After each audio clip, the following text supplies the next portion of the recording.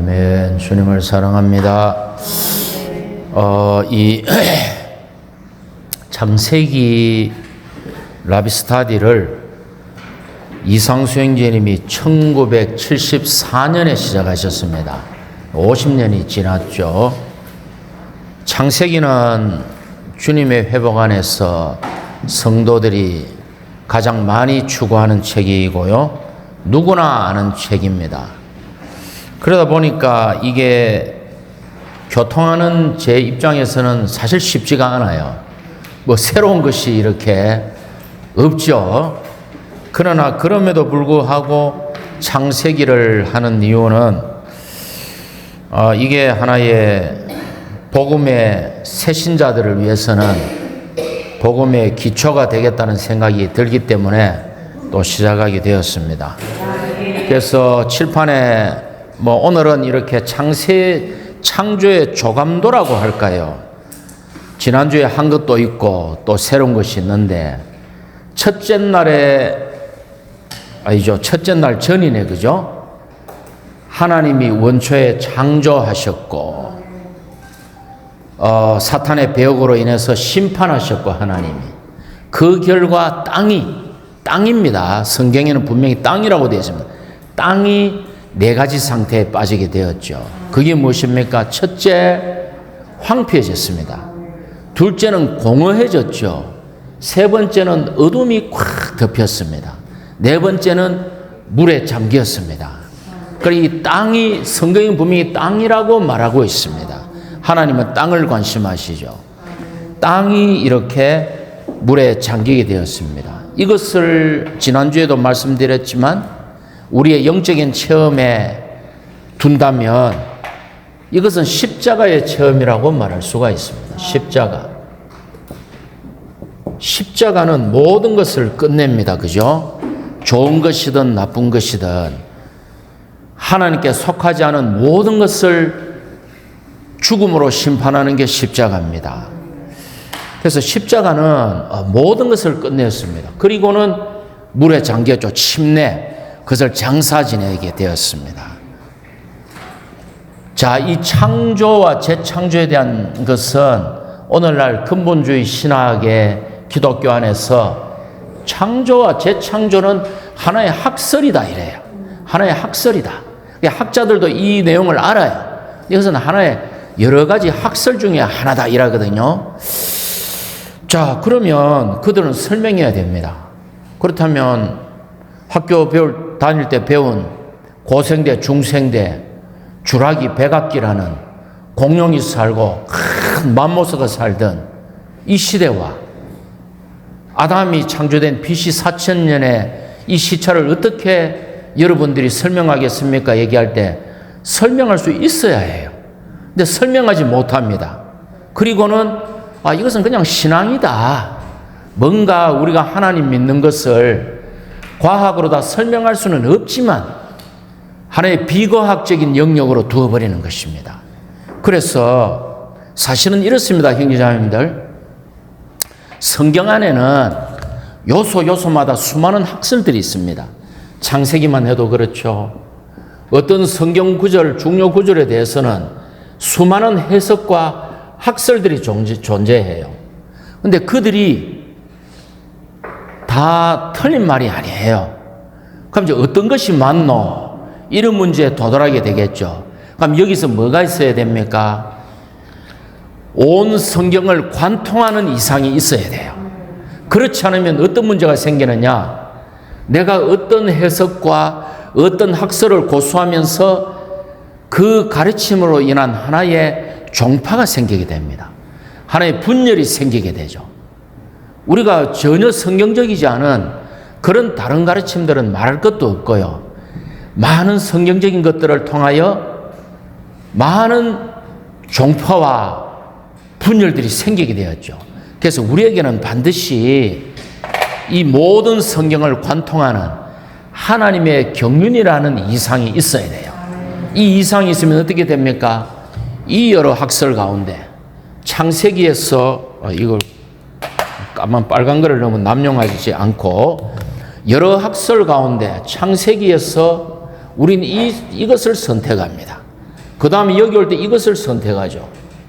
여기 올 때 이것을 선택합니다. 여기 올 때 이것을 선택합니다.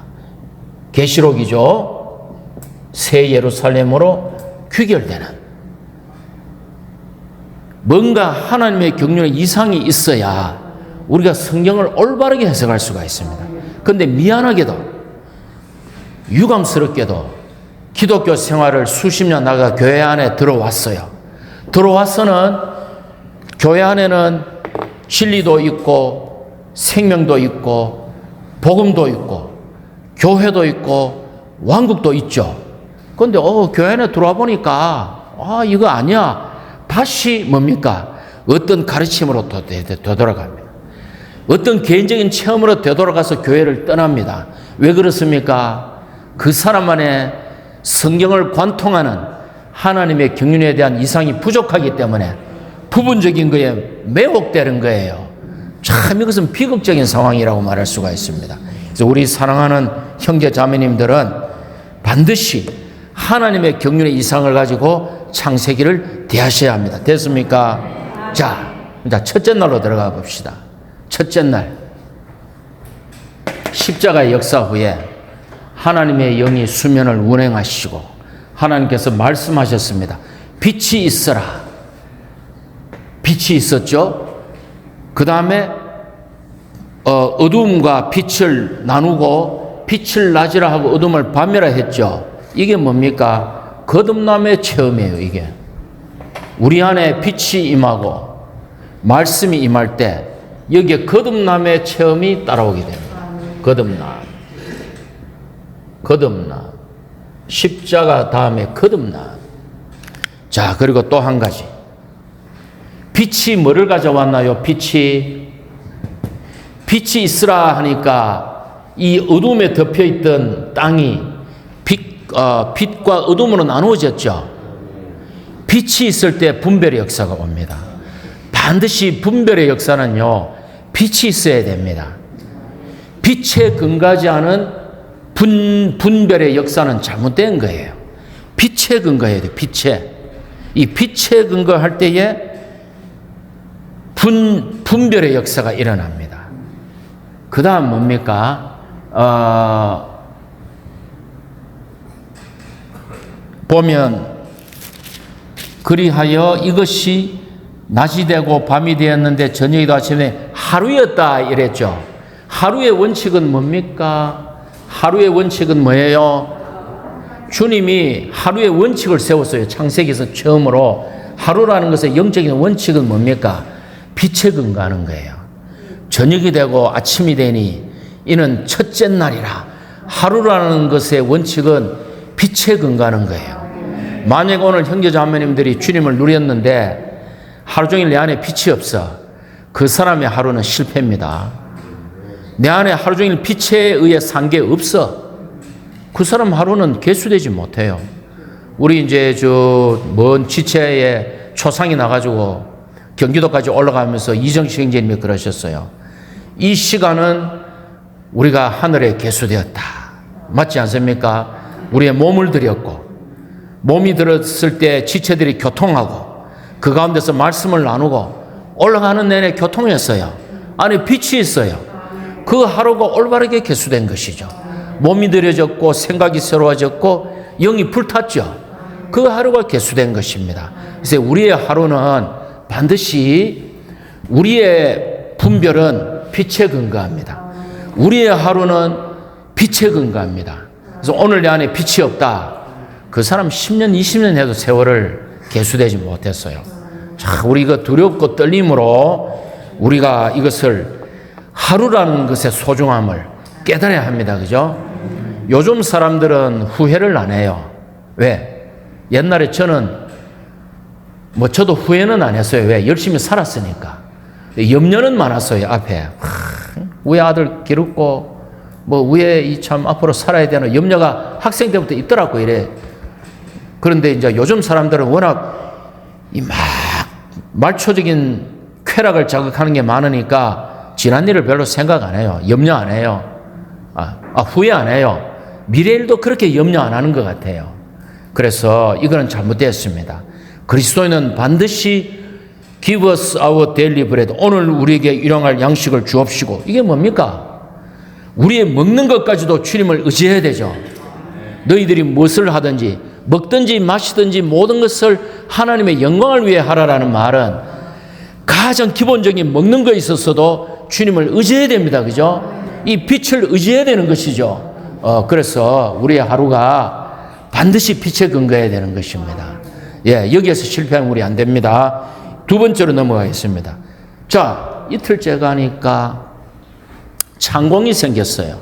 창공을 하늘이라 이름 주신 후에 창공 위의 물과 창공 아래의 물로 나누게 되죠. 이게 뭡니까? 위치적인 거룩이에요. 위치적인 거룩.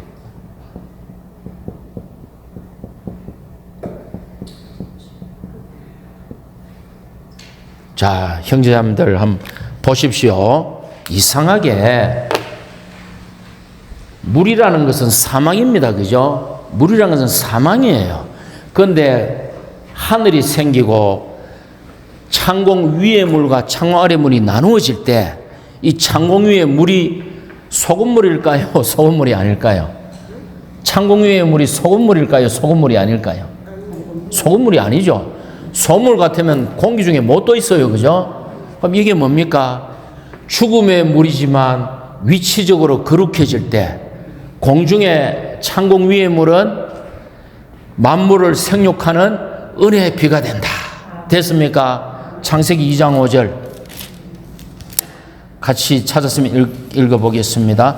땅에는 아직 초목도 없었고 창세기 2장 5절입니다. 푸성기도 돋아나지 않았다. 왜냐하면 여호와 하나님께서 땅 위에 비를 내리지 않으셨고 땅을 경작할 사람도 없었으며. 됐습니까? 그러니까 이것이 위치적인 거룩 가운데 분별될 때 죽음의 물이 뭐가 되었다? 만물을 생육하는 은혜의 비가 된다. 됐습니까? 자, 그 롯이 왜 실패했나요? 롯이 왜 실패했나요? 형님들, 롯이 왜 실패했을까요? 예, 아브라함을 떠났기 때문에. 그래 떠나서 어디로 갔습니까? 소돔으로 갔죠. 위치적인 거룩에서 실패했죠. 위치적인 거룩에서 실패하면 천하장사도 못 이깁니다. 위치적인 거룩이 중요합니다. 됐습니까? 자, 어디까지 우리가 분별되어야 할까요? 거룩이라는 것은 나누어지는 거잖아요. 어디까지 나누어져야 합니까? 히브리서 4장 12절에 뭐라고 합니까? 하나님의 말씀은 살았고 운동력이 있어. 양날이선 어떤 칼보다 날카로워. 혼과 영을 나누죠. 마음의 생각과 의도도 다 드러내죠. 여기까지 우리가 나누어져야 합니다. 아시겠습니까? 우리 안에서 계속적인 나누어짐의 분별의 역사가 있어야 돼요. 그래서 히브리서 4장 12절까지 나가야 됩니다. 자, 여기까지 하고. 그래서 이제 빛에 의해서 낮과 밤이 나누어졌고 창공에 의해서 위의 물과 아래의 물이 나누어졌어요. 나누어지는 거, 분별되는 거 너무나 중요합니다. 자, 3일째. 이번엔 뭐예요? 물과 묻이 나누어졌죠. 물과 묻이 어떻게 나누어졌는지 말씀 한번 볼까요? 셋째 날 보니까 9절이네요. 1장 9절. 물이 한 곳으로 모였죠. 물이 한 곳으로 모이니까 묻이 드러났습니다. 그죠? 이거는 뭡니까? 이거는 뭐예요? 죽음을 제한한 거예요. 물을 한 곳으로 이렇게 죽음을 제한할 때에 생명의 역사, 땅이 드러납니다. 다시 2일째로 돌아가면, 자, 창공, 공중에는 누가 산다? 공중에는 누가 산다? 다시 2일째로 복습. 공중에는 누가 산다? 예? 안 들리노? 공중에는 누가 산다? 타락한 천사. 물 속에는 누가 산다? 귀신들. 이때 심판받은 몸을 잃은 영적인 생명체들이 물 속에 귀신이 되어 살아요. 물 속에 들어가면 귀신이 다리 잡아 당기는 건 사실입니다. 예. 너무 여름에 너무 해수욕 좋아하지 마시고 깊은 데 들어가지 마십시오. 자, 물과 묻이 나누어졌습니다. 몇 번째 나누어짐입니까? 어두움과 빛이 나누어졌고 창공 위와 아래 물로 나누어졌고 묵과 바다가 나누어졌습니다. 역시 계속적인 분별의 역사죠. 그럴 때 땅 위에 뭐가 나옵니까? 죽음을 제한하고 물을 제한하고 생명의 역사, 땅이 드러날 때 풀과 푸성기와 과목이 자랍니다. 이거는 뭐냐? 그리스도의 3일이죠. 3일. 3일이니까 뭐예요? 그리스도의 부활의 적용입니다. 그리스도의 부활의 적용이에요.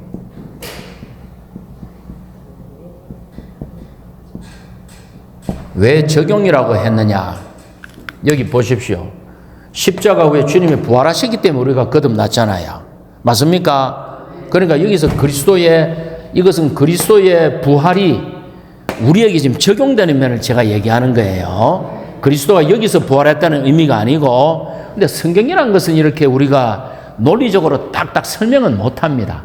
우리에게 적용할 때 우리에게 적용되는 그리스도의 부활의 적용으로 저는 놓은 거예요. 자, 땅이 나오니까 뭐가 나옵니까? 첫째, 풀. 자, 풀과 푸성기의 차이는 12절을 잘 보시고, 풀과 푸성기의 차이는, 풀은 성경에 그냥 풀이라고 되어 있죠. 12절 자세히 보십시오. 푸성기는 씨를 가진 푸성기라고 되어 있죠. 됐습니까? 그 다음에 나오는 게 뭡니까? 씨도 있고 열매도 있는 과일나무라고 되어 있죠. 그 12절을 확인해 보십시오. 12절 확인하셨어요? 첫째 풀, 두 번째 씨 맺는 푸성기, 세 번째 씨도 있고 열매도 맺는 나무죠. 같은 식물이지만 전진이 있습니다. 여기에 씨가 있어야 돼요. 씨가. 우리가 씨를 먹는 사람이 되어야 됩니다. 됐습니까? 그리스도의 부활이 우리에게 적용될 때, 자, 식물은 움직이지는 못하지만, 식물은 기능 발휘지는 못하지만 제자리에서 있지만 누리며 자꾸자꾸 성장합니다. 그죠? 우리가 그리스도의 부활이 적용될 때 매일매일 우리가 주님을 누리며 이렇게 자꾸자꾸 자라고 있습니다. 이제 이 사람이 자라기 시작합니다. 그리고 여기에 우리가 처음에는 풀이지만 그 다음에 씨가 산출되고 우리 안에서 열매가 산출되는 단계까지 우리가 전진하는 것입니다. 자, 여기서 뭐가 해결됐어요? 3일 날에서. 자, 1일째 어둠이 해결됐죠. 맞습니까? 2일째는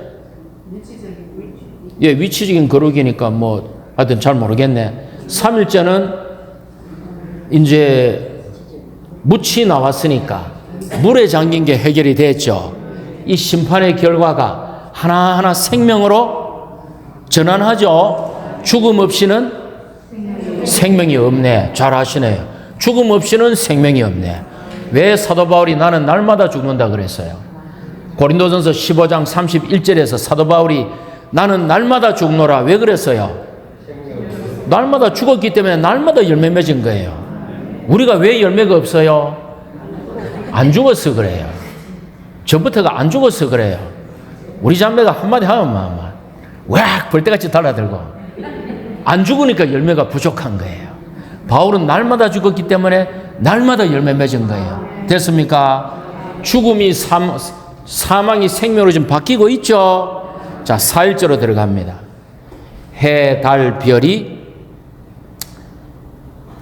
이제 이 전체의 기능을 해보겠어요. 해, 달, 별이 기능을 발휘하니까 해, 달, 별에 의해서 표징과 계절과 날과 해를 이루어냈습니다. 자, 이거는 뭘까요? 형제 자매님들. 이거는 뭔가 하면 우리 생활이에요. 생활. 이거는 우리의 생활이에요. 생활.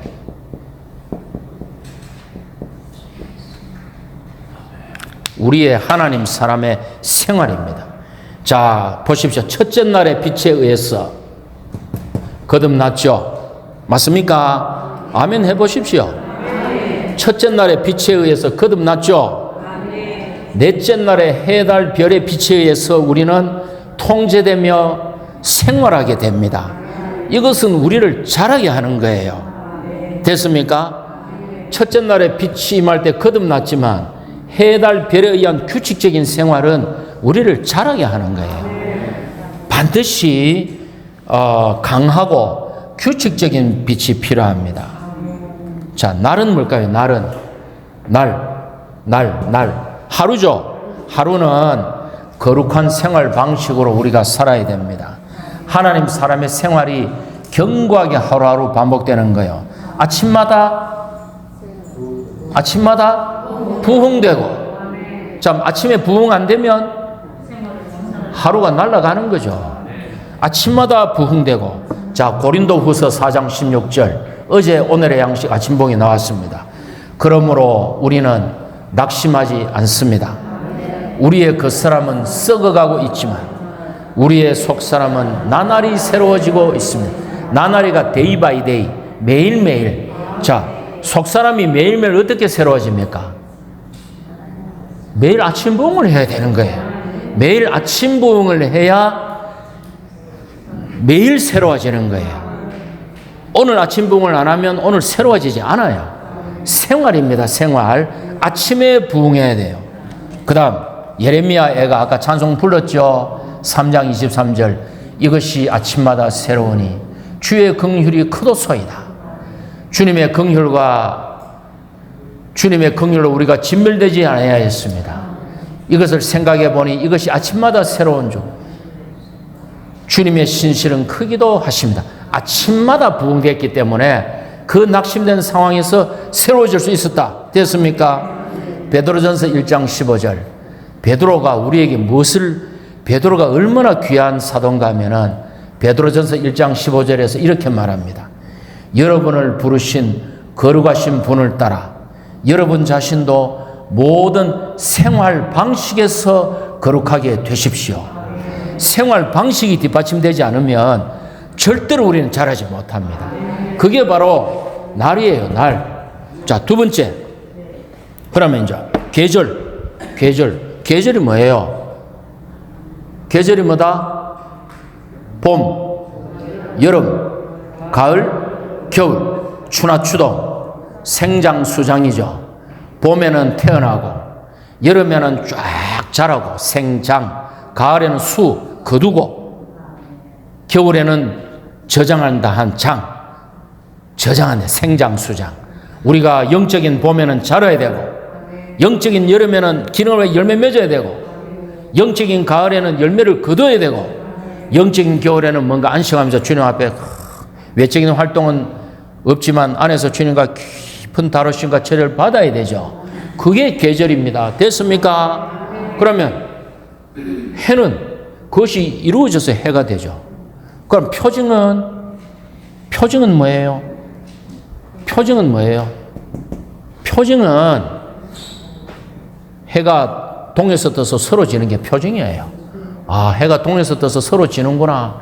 하루를 열심히 살아야 되겠네. 달이, 초승달이, 반달이, 보름달이, 반달이, 금음달이 되는 이게 표징이에요. 아, 달도 차면 기우는구나. 우리 바짝 정신 차리고 주님을 누려야 되겠네. 이 다 표징입니다.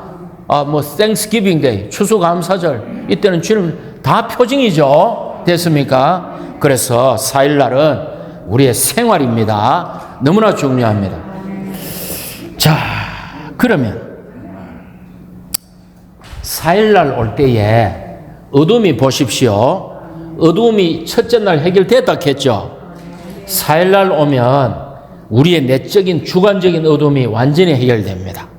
해, 달, 별이 우리를 통제함으로 인해서 완전히 우리가 바뀝니다. 그죠? 자, 정확하게 말하면 별이 우리를 해, 달, 별이 통제한데도 말이 되겠네. 자, 해는 뭐다? 그리스도. 그럼 달은 교회, 별은 이기는 이들. 예. 물론 다니엘서 보면 그날에는 많은 사람을 의로운 길로 인도한 사람들은 하늘의 해처럼 빛날 것입니다. 그 해도 이기는 자예요. 왕국 안에서 이기는 자고, 이 시대의 해는 이기는 자가 아니고 그리스도입니다. 달은 교회입니다. 별들은 이기는 자들이에요. 우린 이 시대에 이기는 자들입니다. 왕국에 가면 이기는 이들이 해처럼 빛나요. 그러나 이 시대에는 우리가 해라고 말해서는 안 돼요. 별들로서 이기는 자들이 되기 원합니다. 자, 5일로 갑시다. 이제는 5일에 가니까 물속에 물고기가 살고 공중에 새가 날고 하나님이 복을 주셨는데 이 복이 어떤 복인가요? 이 복이 어떤 복입니까? 요 있네. 같이 읽어봅시다. 이 복이 22절 세 가지 복이네. 첫째, 새끼를 많이 낳아라. 둘째, 번성하여라. 셋째, 가득 채워라. 맞습니까? 새끼를 첫째 낳아야 되고, 두 번째, 번성, 수가 증가되어야 하고, 세 번째, 가득 차야 돼요. 이게 헬라어로 플레루예요. 플레루. 내적으로 충만한 것까지. 온 땅이 가득 충만해져야 돼요. 생명체로 충만해져야 돼요. 됐습니까? 70인 얘기하면 이게 플레루예요. 내적인 충만 아시죠? 외적인 충일 플레토, 그죠? 충만입니다. 자, 바다의 물고기는 뭐를 이길 수 있다? 바다의 물고기는 죽음을 이길 수 있다. 또 세상에 절여지지 않는다. 맞습니까? 세상에 절여지지 않는다. 또 바다의 물고기는 먹을 수 있는 풍성을 공급한다. 예를 들어 봅시다.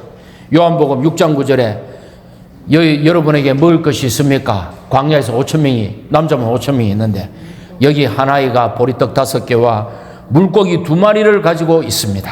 그러니까 물고기 2마리가 나오죠. 디베라 바닷가에서 부활한 주님에게 제자들이 올라가 보니까 거기에 숯불이 있는데 그 위에 생선이 놓여 있었고 떡도 있었다. 맞습니까? 그러니까 물고기는 첫째, 죽음을 이길 수 있어. 둘째, 세상에 절여지지 않아. 셋째, 먹일 수 있는 풍성을 공급합니다. 그러면은 공중의 새는 뭡니까? 공중의 새는 땅 위를 초월하죠. 또 공중에 있는 악한 천사들 사이에서도 살아갈 수 있죠. 됐습니까? 네. 그래서 이거는 뭐라고 해야 될까? 5일째는 전진된 생명이라고 규정해요. 전진된 생명이 이제 자란 것이죠. 이러한 거룩한 생활 방식에 의해서 생명이 자라가지고 전진된 생명이 나온 거예요. 요 정리가 되죠. 거듭남, 위치적인 거룩, 그리스도의 부활의 적용, 생활, 전진된 생명. 나머지 6일자로 가도록 하겠습니다. 온 땅 위에는 가축과 기는 것과 땅에 짐승을 내어라. 그리고 사람을 만들고 복을 주시고 먹이를 주셨다. 이것이죠. 자, 가축은 뭡니까? 이제는 뭐가 나옵니까? 하나님께 바칠 수 있는, 번제물로 드릴 수 있는 우양이 나오죠. 하나님께 제물을 드릴 수 있어요. 또 신실하게 수고하는 소가 나오죠. 또 사탄을 정복하는 사자가 나와요. 그죠? 땅의 짐승. 뭔가 여기에 주님께 드리는 제물과 주님을 위해 신실하게 섬기는 수고하는 소와 사탄을 박살낼 수 있는 움켜진 사자가 나옵니다. 정복하고 싸우는 사자에 도달했죠. 그 다음에 사람에게 도달하면 어떻게 됩니까? 하나님의 목적이 성취가 돼요. 이제 이 단계는 하나님의 목적을 하나님의 목적을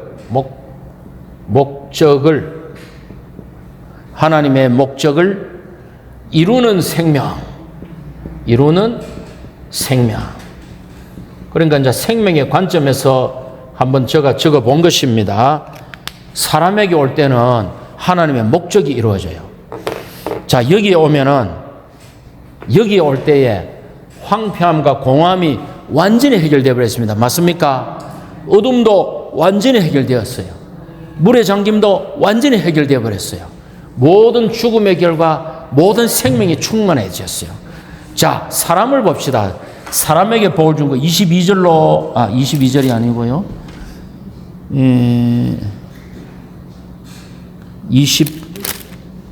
28절로 가보십시오. 자, 사람에게 준 축복을 28절에서 읽어봅시다.